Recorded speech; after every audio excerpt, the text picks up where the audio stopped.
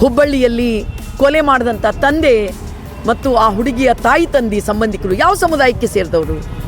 ಲಿಂಗಾಯತ ಜಾತಿ ಅಂತ ಭಾವಿಸಿದ ಸಮುದಾಯಕ್ಕೆ ಸೇರಿದವರು. ವೈದಿಕ ವ್ಯವಸ್ಥೆ, ಪುರೋಹಿತಶಾಹಿ ವ್ಯವಸ್ಥೆ, ಈ ರೀತಿ ಸುಳ್ಳುಗಳ ಮೇಲೆ ಸುಳ್ಳುಗಳನ್ನು ಕಟ್ತಾ ಈ ಲಿಂಗಾಯತ ತತ್ವವನ್ನು ಬದುಕಲ್ಲಿ ಅಳವಡಿಸ್ಕೊಂಡವರಿಗೂ ದಿಕ್ಕು ತಪ್ಪಿಸುವಂಥ, ಭಯ ಹುಟ್ಟಿಸುವಂಥ ಭಯೋತ್ಪಾದನೆಯನ್ನು ಉಂಟು ಮಾಡಲಿಕ್ಕೆ ಶುರು ಮಾಡಿದ್ದಾರೆ. ಜಾತಿ ಅನ್ನೋದು ಮೇಲ್ಜಾತಿಯ ಶ್ರೇಷ್ಠತೆ, ಅಹಮ್ಮಿಕೆ, ಪರಾಕಾಷ್ಠೆಯಲ್ಲಿ, ಆ ಹುಚ್ಚುತನದಲ್ಲಿ, ಆ ಸುಳ್ಳಿನಲ್ಲಿ, ಆ ಭ್ರಮೆಯಲ್ಲಿ, ಆ ವಿಷದಲ್ಲಿ ಮಿಂದೆದ್ದವರು ದಲಿತ ಸಮುದಾಯಕ್ಕೆ ಮದುವೆ ಆದಾಗ ಅಥವಾ ಸಂಬಂಧ ಏರ್ಪಡಿಸ್ಕೊಂಡಾಗ ಕೊಲೆ ಮಾಡ್ತೀರಿ ನೀವು. ಇವತ್ತು ಮರ್ಯಾದೆ ಹತ್ಯೆ ತಡೆ ಸಮಿತಿ ಕಲಬುರಗಿ ವತಿಯಿಂದ ಪ್ರಜ್ಞಾವಂತರು, ಚಿಂತಕರು, ನಾಗರಿಕರು ಎಲ್ಲರೂ ಒಟ್ಟಾಗಿ ಸೇರಿ ಒಂದು ದೊಡ್ಡ ಪ್ರತಿಭಟನೆಯನ್ನು ಮಾಡಿ ಸರ್ಕಾರಕ್ಕೂ ಸಮಾಜಕ್ಕೂ ಒಂದು 5 ಅಂಶಗಳನ್ನು ನಾವು ಆಗ್ರಹ ಮಾಡಿದ್ದೀವಿ. ಒಂದನೇದಾಗಿ, ಹುಬ್ಬಳ್ಳಿಯಲ್ಲಿ ನಡೆದ ಘಟನೆ ಅದೊಂದು ಬಾರ್ಬರಿಕವಾದಂಥ ಘಟನೆ, ಕರುಳು ಕಲುಕುವ ಘಟನೆ, ಅತ್ಯಂತ ಕ್ರೂರ ರೀತಿಯಿಂದ ನಡೆದಂಥ ಈ ಘಟನೆ ಈ ನಾಡಿನೊಳಗೆ, ಈ ಸಮಾಜದೊಳಗೆ ಏನನ್ನು ಧ್ವನಿಸ್ತದ, ಮಕ್ಕಳು, ಯುವಕರು, ಸುತ್ತಮುತ್ತಲಿನ ಜನ ಅವ್ರ ಮೇಲೆ ಏನು ಪರಿಣಾಮ ಬೀರ್ತದ ಅನ್ನೋದ್ರ ಬಗ್ಗೆ ಅತ್ಯಂತ ತಲ್ಲಣದ ಸಂಗತಿ ಇದು. ಭಾರತ ದೇಶ ಶ್ರೇಣೀಕೃತ ವ್ಯವಸ್ಥೆ, ಈ ಶ್ರೇಣೀಕೃತ ಚಾತುರ್ವರ್ಣ ವ್ಯವಸ್ಥೆ ವಿರುದ್ಧ ನಿರಂತರವಾಗಿ ಹೋರಾಟ ಮಾಡಿ ಮನುಷ್ಯರ ಸಮಾಜವನ್ನು ಕಟ್ಟುವ ಸಲುವಾಗಿ ದೊಡ್ಡ ದೊಡ್ಡ ಚಳುವಳಿಗಳು ನಡೆದವ. ಅಂಥ ಚಳುವಳಿಗಳಲ್ಲಿ ಕರ್ನಾಟಕ ಮುಂಚೂಣಿಯಲ್ಲಿ ಅದ.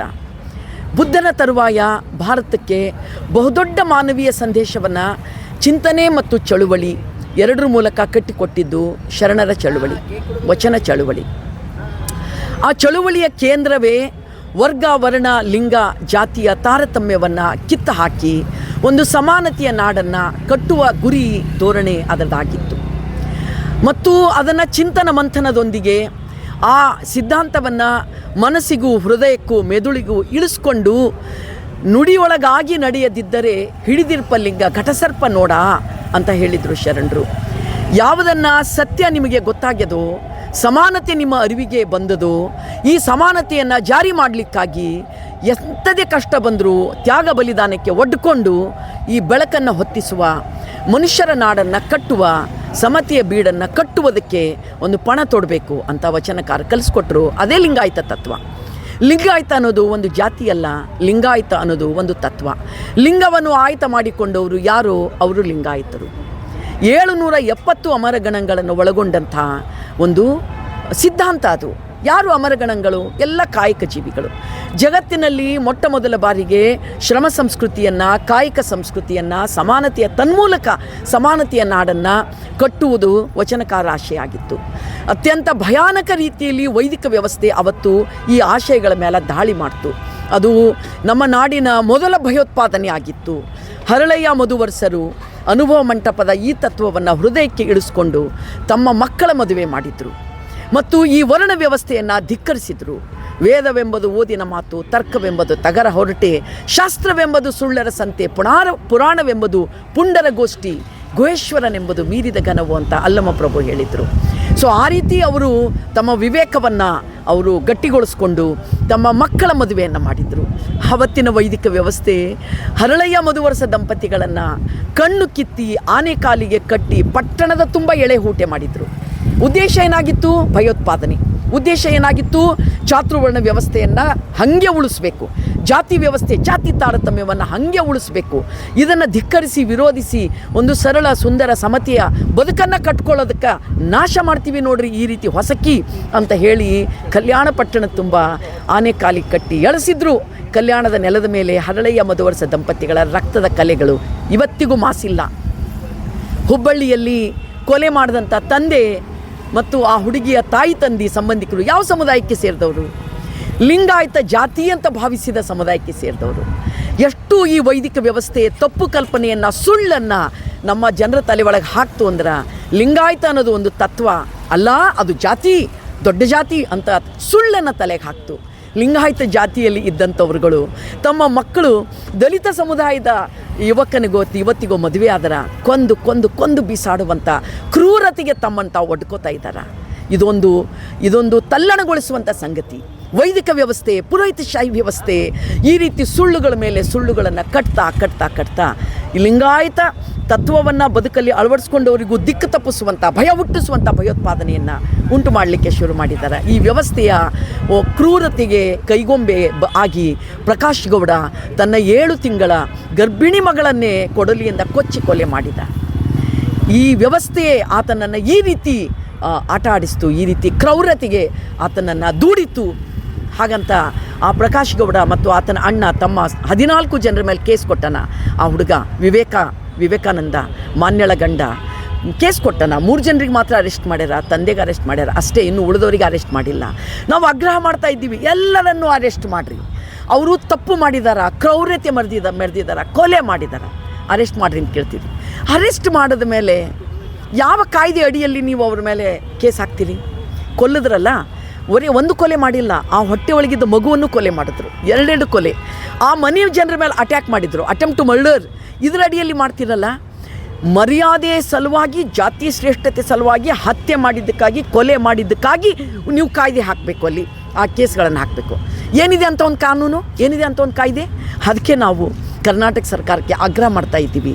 ಏನಂದ್ರೆ 12ನೇ ಶತಮಾನದ ಅಣ್ಣ ಬಸವಣ್ಣನನ್ನು ಎಲ್ಲರ ಪ್ರತಿನಿಧಿಯಾಗಿ, ಮಾದಾರ ಚೆನ್ನಯ್ಯ, ಡೊಹಾರಕಕ್ಕಯ್ಯ, ಹಡಪದಪ್ಪಣ್ಣ, ಸಂಕವ್ವೆ, ಸತ್ಯಕ್ಕ ಎಲ್ಲರ ಪ್ರತಿನಿಧಿಯಾಗಿ ನೀವು ಬಸವಣ್ಣನನ್ನು ಸಾಂಸ್ಕೃತಿಕ ನಾಯಕ ಅಂತ ಘೋಷಣೆ ಮಾಡಿದ್ದೀರಿ.